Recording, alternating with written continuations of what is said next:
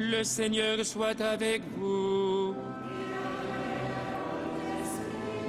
Évangile de Jésus-Christ selon saint Jean.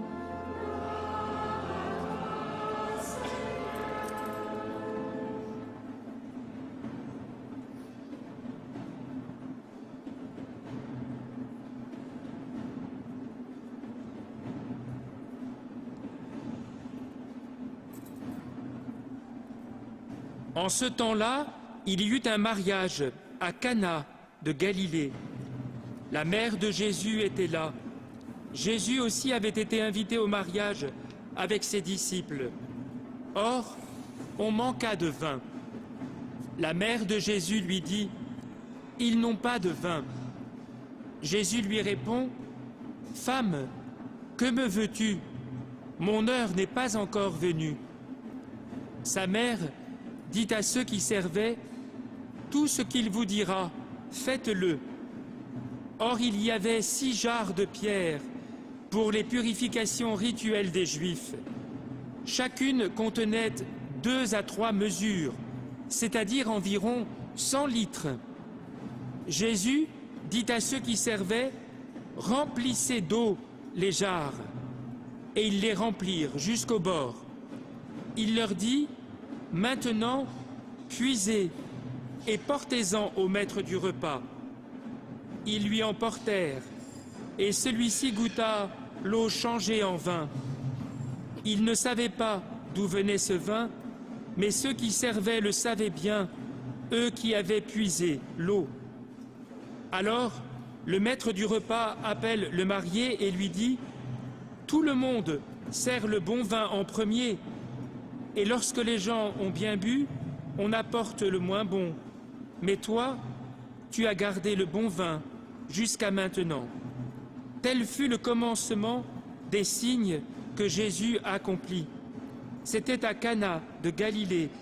Il manifesta sa gloire et ses disciples crurent en lui. Acclamons la parole de Dieu.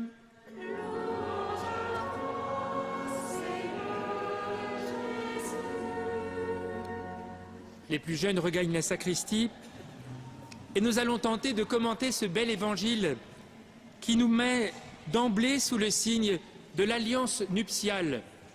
Voilà comment l'Écriture parle de la relation entre Dieu et l'humanité, la relation entre un homme et une femme.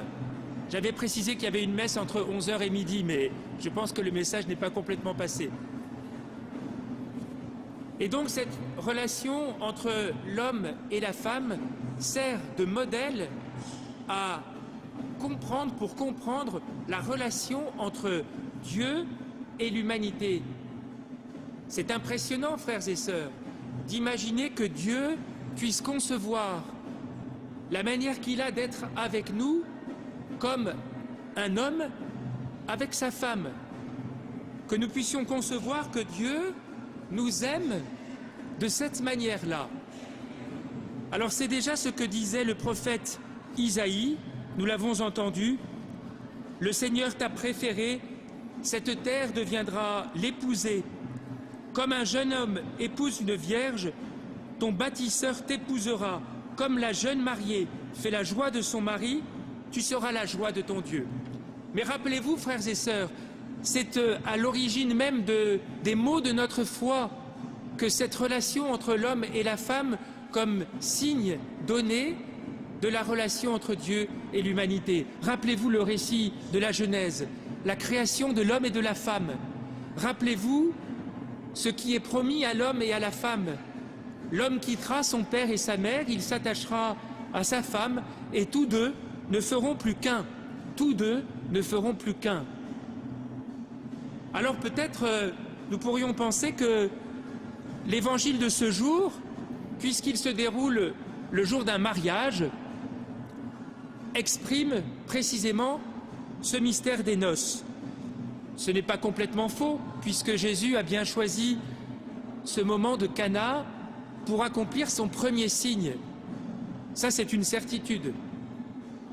Mais vous avez remarqué que dans cet évangile, les mariés n'apparaissent pas beaucoup.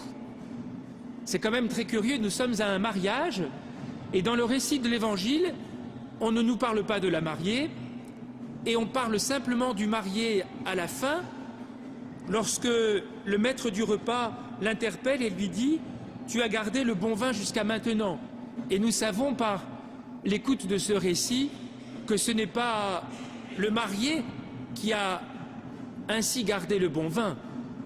En fait, le mariage n'est qu'une circonstance pour exprimer ce qui est évidemment le plus important, l'alliance que Dieu tisse avec les hommes. Cette alliance, elle a commencé avec le peuple d'Israël.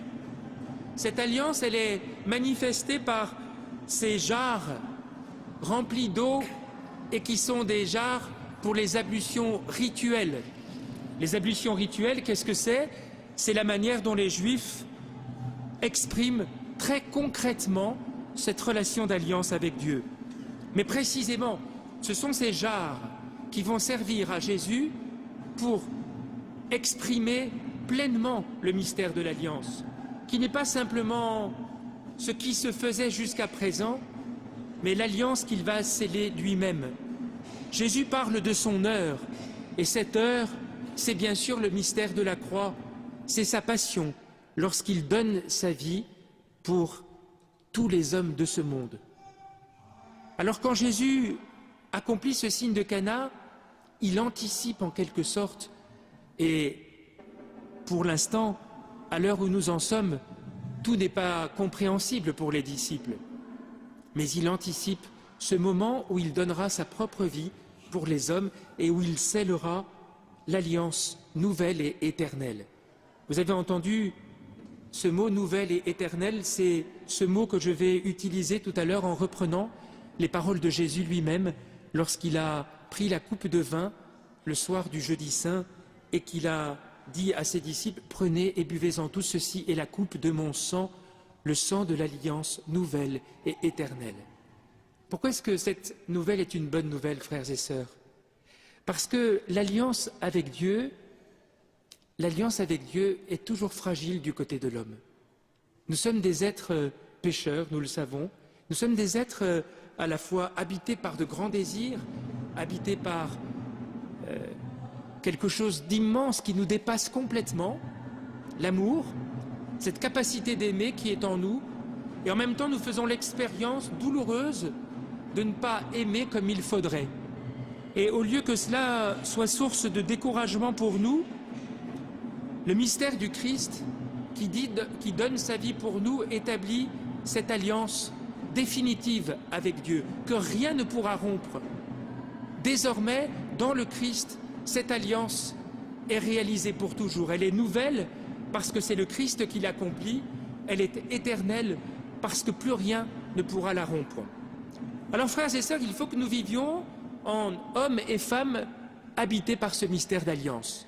Il faut que nous apprenions à concevoir notre vie avec Dieu comme un mystère d'alliance. Ce que nous faisons, ce que nous vivons, très concrètement, quotidiennement, notre manière de vivre, notre manière d'être chrétien, est une réponse à ce mystère d'alliance par lequel Dieu nous entre en relation avec nous. Et pourquoi est-ce que cela est important que nous le vivions? Parce que c'est à travers ce que nous vivons, nous, que le monde peut savoir qu'il est aimé de Dieu et qu'il est appelé à entrer dans ce mystère d'alliance avec Dieu. Nous ne sommes pas les propriétaires de l'amour. Nous n'en sommes pas les seules expressions, mais nous avons la grâce d'en connaître l'origine. Nous avons la grâce d'en connaître la source. Quand le pape François nous invite tout au long de cette année à vivre comme des hommes et des femmes miséricordieux, eh bien c'est comme des hommes et des femmes capables d'aimer qu'il nous invite à vivre. Et cet amour se traduit concrètement. Vous savez que le pape a proposé dans le cadre de cette année jubilaire, cette année sainte de la miséricorde, le pape a proposé des œuvres de miséricorde, des œuvres corporelles et des œuvres spirituelles. Des œuvres corporelles qui expriment notre attention à l'autre, le fait que nous prenions soin de l'autre, le fait que nous soyons conscients que les membres de notre humanité sont membres de ce corps appelé à entrer en alliance avec Dieu. Reste encore une chose, et ce sera la dernière, et je conclurai avec cela. J'ai dit tout à l'heure que Jésus avait anticipé ce qu'il allait faire le jeudi saint. Et de fait, Jésus lui-même dit à la Vierge Marie, « Mon heure n'est pas encore venue. » Et pourtant, Jésus va accomplir le miracle. Pourquoi le fait-il? Simplement parce que Marie a prononcé cette toute petite phrase, « Ils n'ont pas de vin ». Nous avons conscience que, en faisant cela, Marie attire l'attention de Jésus sur une réalité concrète qui va perturber la fête, cette fête qui est organisée pour les mariés. Mais Marie n'oblige pas Jésus à agir, elle n'oblige pas Jésus à accomplir le miracle. Elle ne le met pas au pied du mur. Jamais. Elle suggère. Elle est là comme attentive aux besoins des hommes, mais elle communie surtout au mystère de son Fils. Et quand Marie ajoute, après la phrase de Jésus, aux serviteurs, tout ce qu'il vous dira, faites-le, elle invite les serviteurs à être attentifs à accomplir ce que Jésus leur dit de faire. Marie est à la fois du côté des hommes, elle nous apprend sa grande proximité à travers ce passage de l'Évangile, cette attention à notre vie, elle est aussi du côté de Jésus, parce qu'elle nous invite, nous, à entrer dans cette volonté de Dieu qui est source de vie pour nous. Voilà la vraie liberté à laquelle nous sommes appelés, frères et sœurs, cette liberté des enfants de Dieu, qui ne consiste pas à dire non à Dieu, qui est source de tragiques conséquences, et nous en faisons l'expérience malheureusement dans notre propre vie, et nous en faisons l'expérience dans notre monde quand les hommes refusent d'aimer et choisissent la haine et la violence et la guerre pour communiquer les uns avec les autres. Nous voyons bien que tout cela conduit à une impasse tragique. Ce que Dieu attend de nous, c'est que nous soyons des hommes et des femmes de l'alliance, de cette alliance nuptiale, et que notre oui franc et massif, notre oui profond que nous disons à Dieu, soit la meilleure réponse pour que ce monde soit changé de l'intérieur. Oui, frères et sœurs, la Vierge Marie est du côté des hommes, elle est aussi du côté de Dieu, elle fait le pont, elle fait le lien, elle nous apprend à vivre dans la confiance et la fidélité. Amen.